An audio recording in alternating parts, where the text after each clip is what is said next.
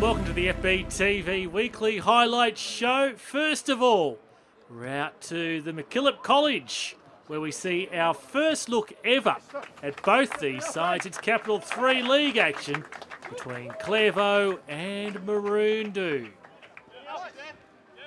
This is Engel for the home side, on for Newen.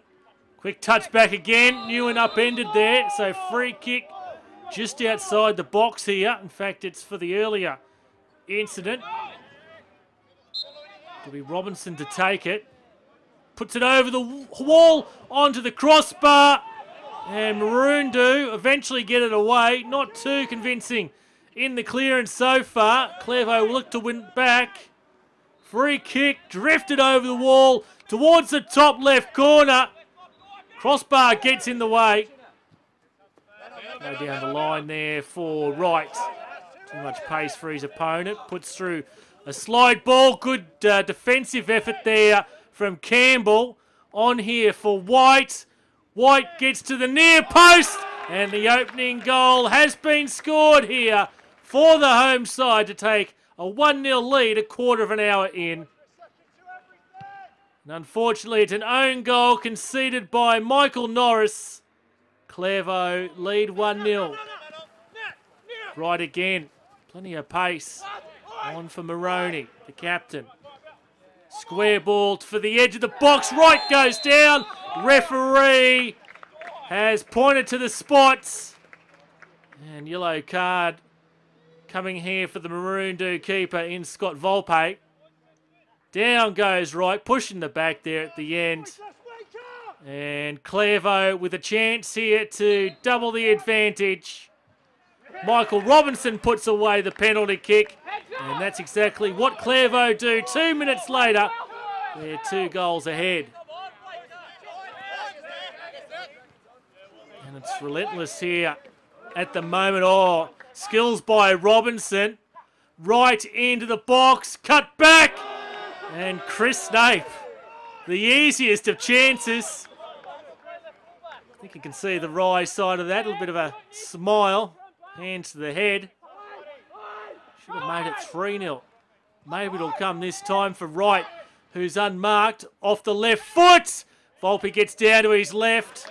And there was Snake to try and take advantage if Volpe had slipped up. One-way traffic, Snake. Ball here through for Mooroondu. And, oh, off the upright. They've hit the woodwork twice here now, Calirvaux. An easy miss. And they could be 4 or 5 ahead. Hopefully that won't come back to hurt them later on. Todd drifts one into the box. Was it a handball? Looked to be controlled by the arm rather than the chest. Let's see. Pretty obvious, wasn't it? Mooroondu very unlucky. Anyway, here they come again, Mooroondu. Engel, poor clearance. And that looked to be Matt Page who skied that one over the crossbar. So in the shadows of half-time, Mooroondu looking to pull one back. Zunic. Long distance! Good save from Johnson to tip it around the bar at the end. Zunic from long distance. And perhaps it was going wide, but Chris Johnson just wanted to make sure. So into second half action. Norris on there. Gets it again. Throw in comes Mooroondu's way. Takes it quickly for Zunic. Zunic onto the back post. Claims of offside, not given. Norris on for Page. He goes down, and this time the referee points to the spots. So Mooroondu, their own chance now. Let's see if we can pick up the offside. Not from that camera angle, we can't really tell. But Matt Page, well, the referee's been ruled that he got pushed over there. And here he is with a chance to convert the penalty. He reduces the deficit to 1. So Mooroondu back in this game 10 minutes after the restart. Hasn't this match changed complexion? Was all Calirvaux in the first half. Right. Again, they look to get back to their attacking ways. And Jacob White has done exactly that, restored the 2-goal advantage. Pointing to our cameras, I think, just to point out what happened there. So Jacob White off the left foot, acknowledging the assist from Chris Snape. And 3-1 Calirvaux over Mooroondu. So into stoppage time now. Calirvaux looks set to claim all 3 points. Going down was Newen under the challenge from Norris. And a late yellow card. Can they get a consolation here? Mooroondu, not this time round. This is Engel, fronted by Norris, just content to play it across the sideline. Referee blows the full-time whistle. And Calirvaux have come away 3-1 winners against Mooroondu in this Capital League 3 clash.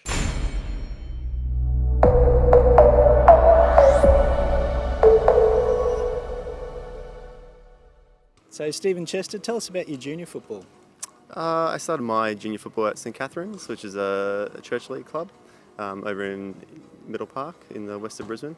After that I moved to Lions, played most of my junior football there, and then they didn't have any senior football because of the relationship they had with the Raw. They had to pull out of the senior comp at the time, so I went to Taringa then and started my senior football there. So what happened with the move to Lions? How did that come about? It's just the closest club to me. It was I decided to make the move out of church football, which was good. So yeah, I moved there when I was probably 13, and yeah, Lions was the closest club, so it was a good fit. So were you one of the top? Were you considering yourself one of the top players in church league? Maybe at the time, yeah. Obviously the competition wasn't as strong as the federation, but there were still plenty of good players. I think it might not be as strong now, but back then the comp was still quite strong. So. And what's been the highlight of your career so far as a player? The highlight would probably be winning the grand final. I think it was in 2014 with Taringa in Capital One. That was my first senior silverware, so it was a great moment for the club and for me personally. And the move to Mitchelton this year, was there any hesitation about that? A little bit. I've played at Taringa for a long time, so it was always difficult to leave. But I've been chatting to Leo for a few years, and he's tried to get me over. So I decided to make the move, and now I'm enjoying it since I got here. So tell us about Leo. What's he like as a coach? Oh, he definitely likes to be loved. So no, he's a great coach. Good character to have around the team, as well as being a good tactician and a good motivator as well. Have you got any personal goals for yourself this year? I think moving to Mitchelton and the way Leo wanted to structure the team and the players he's brought in, I think my personal goal is to try and, I think it's the team's goal, but to either try and win the league or get in the top 4 and have a crack at the final again. So, yeah. Now, the last FFA Cup game that you were involved in, things went rather well for you, didn't they? Yeah, pretty well. I think you're always a bit disappointed when you start on the bench, but no, it was good to come in and make an impact. You scored a record hat-trick. Yeah, that's what I've been told. So, yeah, like I said, you just sort of come on to try and make an impact, and anything that comes on top of that is a bonus. Tell us about the goals. Oh, I think 2 of them were a bit jammy, but the one that sealed it was a nice little finish into the bottom corner. So they just sort of, the first 2 sort of fell at my feet. They were good work by other players in the team that set them up, and then yeah, the last one was a good way to finish it. What's left for you to do in the game? Which game? The game. The game of football. The game of football. Like I said, this year moving to Mitchie is an objective of mine to try and win some silverware in the BPL. And after that, yeah, who knows? I always enjoy playing, and I'll play till the joints no longer work. So now we're out to Flight Centre Premier League action at Lions Stadium, where the hosts take on Logan Lightning. 2 teams walking out prior to the start of the match. And Logan with a throw in here. Just trying to organise themselves. Josh Sherwood. And there for Kostovski. And now the shot from distance. Parried away by Zabaks in the first instance. Clicks it second time round. Logan with possession again. Breaking the back line there was Josh Sherwood.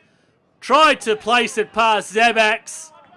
He gets his outstretched arms to it. Here's Sherwood trying to tuck it in there at the back post, but Zabaks able to get to it. Corner here to Lions. And just to drift past everyone, and again, Logan launching an attack from inside their defensive territory. It's 3-on-2 here at the moment. Recovering was Ahern. Trying to curl it in was Greer at the end, making fast time. Again, Zabak's the last line of defence. Sherwood plays it on there for Baldovi. Sherwood again. And this time the goal has come. The pressure has told. And Josh Sherwood gives Logan the opening goal of the match. Looking there for the offside, but all good there. Sherwood slips past Reardon and then puts the ball past Phil Zabak. So the number of attempts finally pays off for the visitors. This is Reardon. He's been fouled there just at the edge of the box by Peacock, looking to take the free kick quickly. Shepherd leaves it, runs over it. Diaz around the wall, beats Nick Moore. Curling effort. Great goal from Tynan Diaz, the new recruit in recent weeks. And he's becoming a bit of a goal-scoring sensation in the short time he's already had at Lions. Nick Moore was in two minds. Just reacted to it late. 1-1, the equaliser has come. This is Gaffney. Cutting back for Ahern. Through the pack. And Moore puts it away out for a corner. Let's take a second look at that. Ahern through a crowded pack. And Moore, good save down to his right. This is Peacock.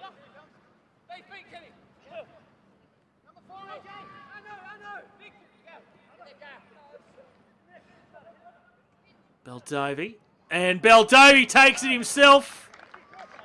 Zabak's again in the way. So corner at the other end here to Lions. Claims of handball. Not given by referee Matt Skinner. Let's see if we can pick anything up. And look, Cameron Saint had his hands by his side. Balled a hand on that occasion if there was any contact. Shepherd quick down that left wing. Getting towards the byline, round Saint. Oh, and there's a bit of defensive confusion here from Logan. Ahern goes down. He's going to earn himself the free kick. Peacock not happy with the decision. Protesting his innocence. So, Ahern just grabs at the left ankle on the way down.